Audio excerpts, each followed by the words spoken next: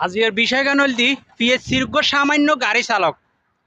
সামান্য গাড়ি চালক যদি বাংলার জমিনের মাঝে যদি কোটি কোটি টিয়ার মালিক হয়ে যাগো দয় এবং উপর পদস্থ যেগুন আছে এগুন মিলিয়ন বিলিয়ন বিলিয়ন টিয়ার মালিক